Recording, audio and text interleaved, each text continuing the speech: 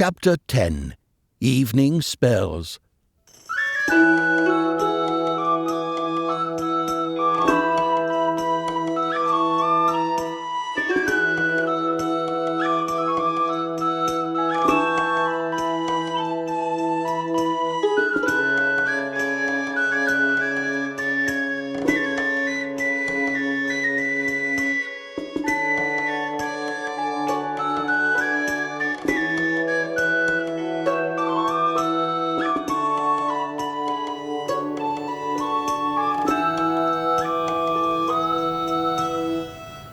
Afternoon sunlight began to shift into evening skies in the Vermorian plains as a low-hanging zephyr swept by the village of Burrowside. Many of the moles, shrews, and other small woodland creatures were bustling about, busying themselves with the final tasks of spring cleaning.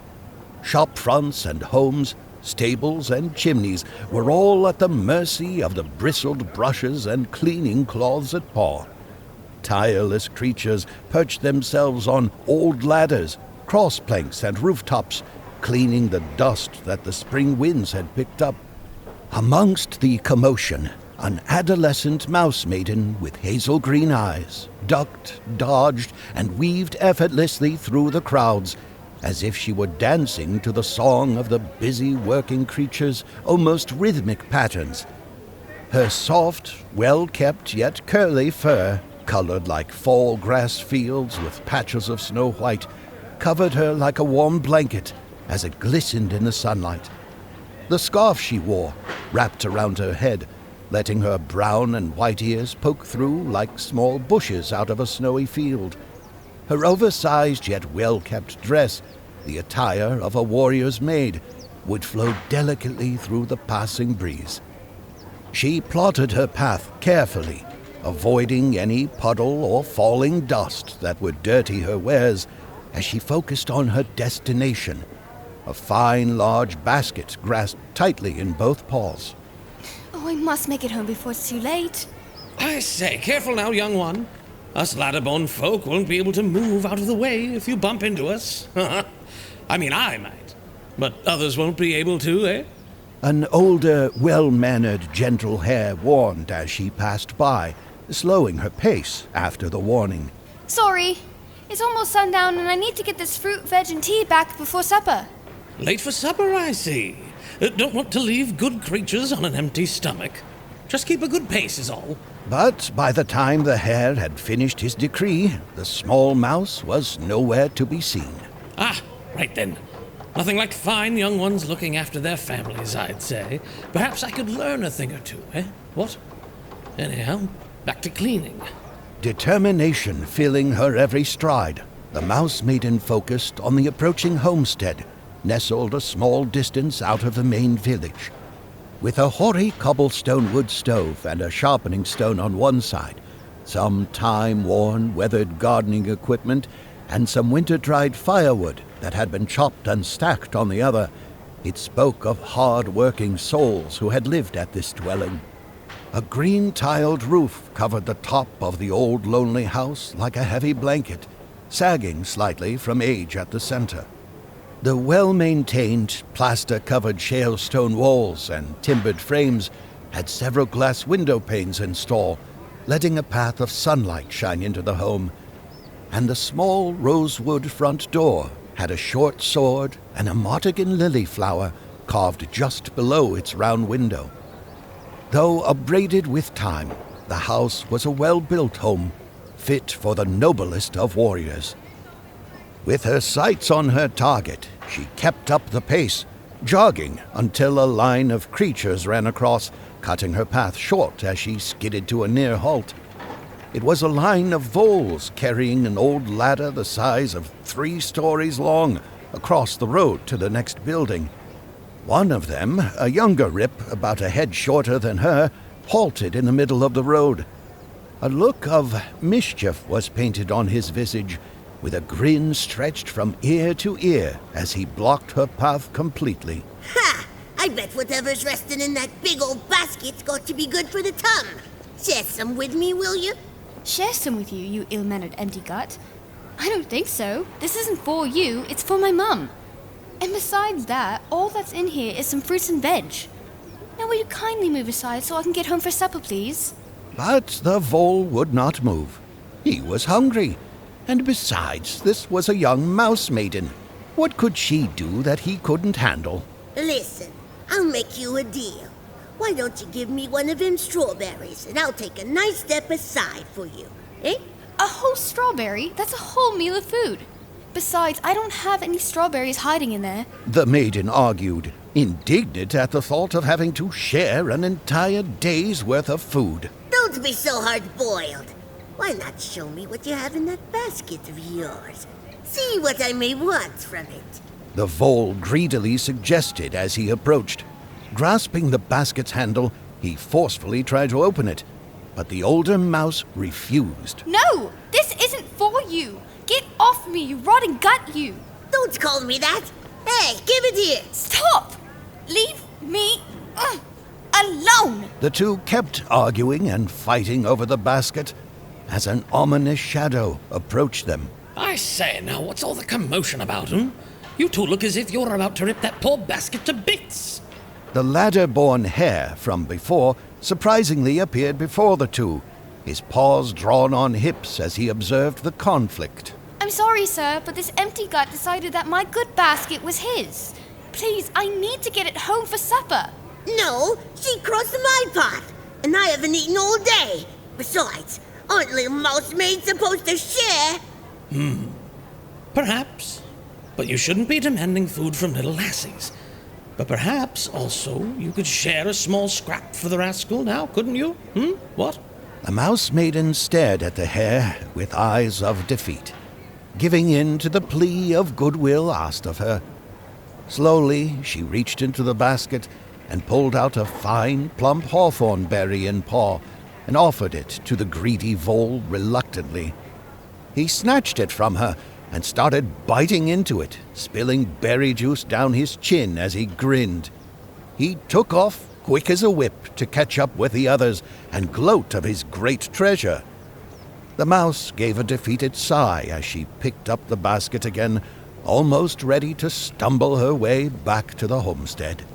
I just don't like greedy ones like him. He makes my blood boil. Oh, don't you mind him. He was never the honorable sort, but he's only young yet. You know what I think?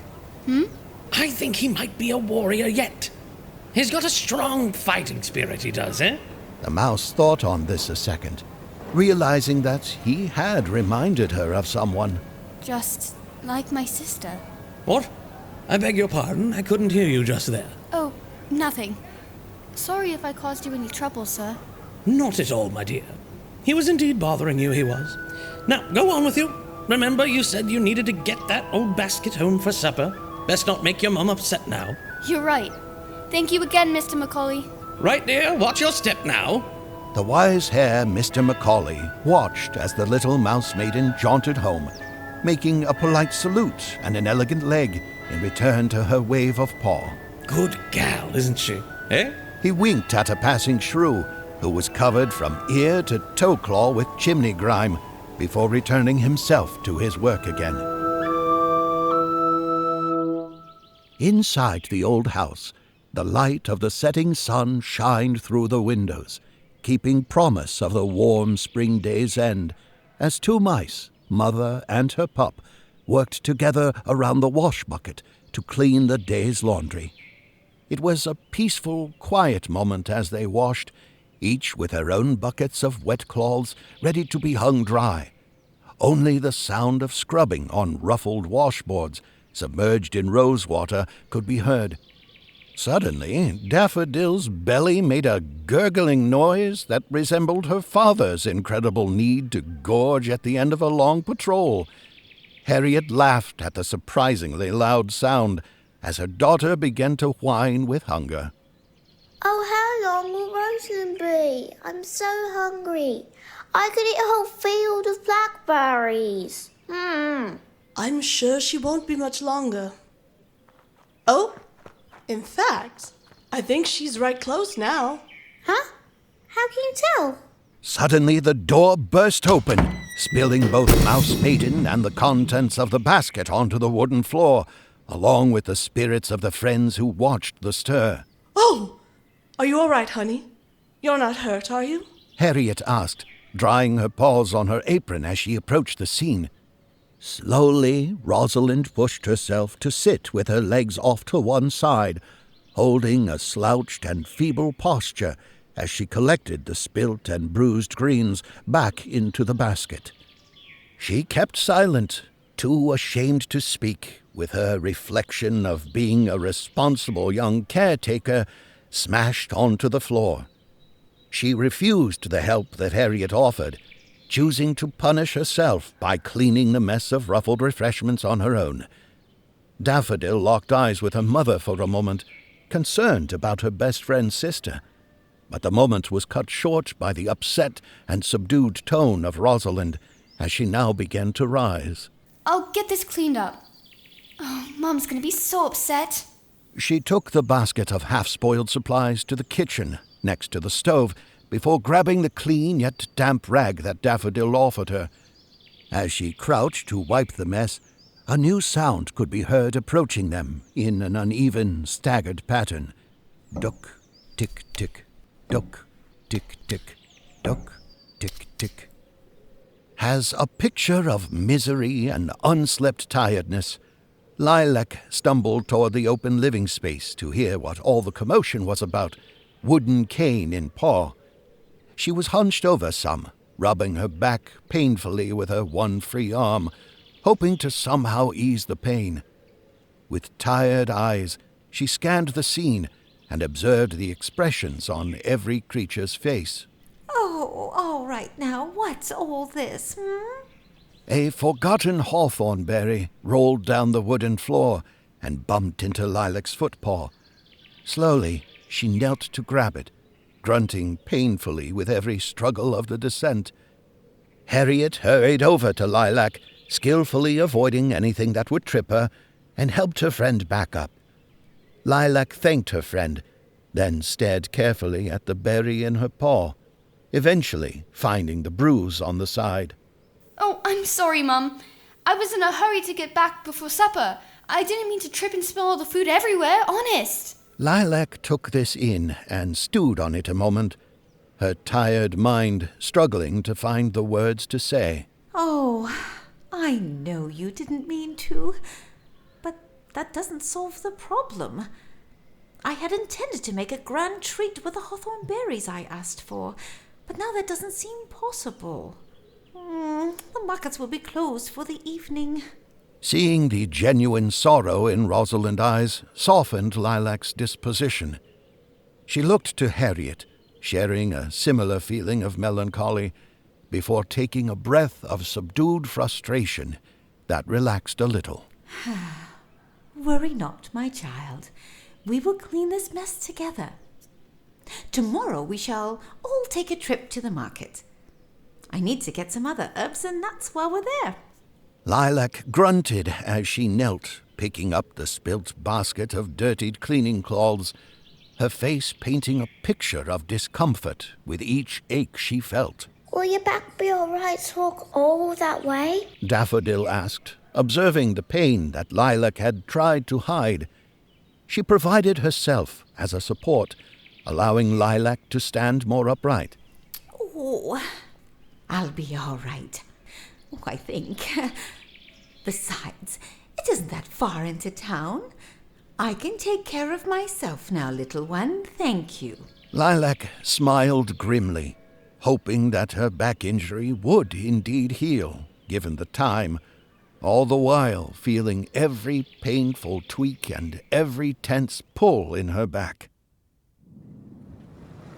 In an almost statue-like state, Skoglar the sea-marmot Viking sat lopsidedly at his captain's table, located under a round portal window inside his quarters.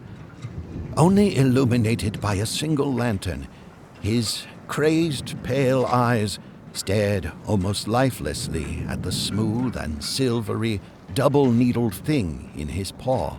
Sea dwells rose. Legends of how the mysterious device would drive mad those who tried to decipher it surrounded it like a ghastly veil. Was it really powerful enough to claim the mind of that who holds it? Flipping it around in his black-clawed paws so that the back of the open clamshell was visible, he stared hard at the engravings carved delicately into its smooth surface. It was written in an old script that only rats could understand, but he had managed to memorize by heart its translation. The words seemed to twirl and twist round as they kept repeating over and over, almost as if they were dancing about and taunting him. Perhaps it was the bottle of seaweed spirits that he was now reduced to drink. Mayhaps it was a trick of the mind, or maybe it really possessed a ghost. No, it couldn't be. But how would one decipher this poem, if only a few ever knew of its very existence? The superstitious Skoglar soon imagined that he might need a scholar, or perhaps a prophet, to decipher it. The clumsy sounds of some beast stumbling to the cabin door reverberated through the room, only breaking Skoglar out of his trance-like state when a rapid knock at the door pounded hastily. Skoglar let out a groan of disdain that filled the space as he grumpily rubbed his brow in frustration. A dull moment ensued, as Skoglar hoped that the intruder would leave him to his lonesome. Finally, another knock rapped out, followed by a whisper that called the visitor's name. Captain, 'tis I, Farthistle. You told me to keep an eye on that rogue bat we've trapped, remember? Aye, what of it, rat? Mayhap I come in, Captain, my private words to speak about it.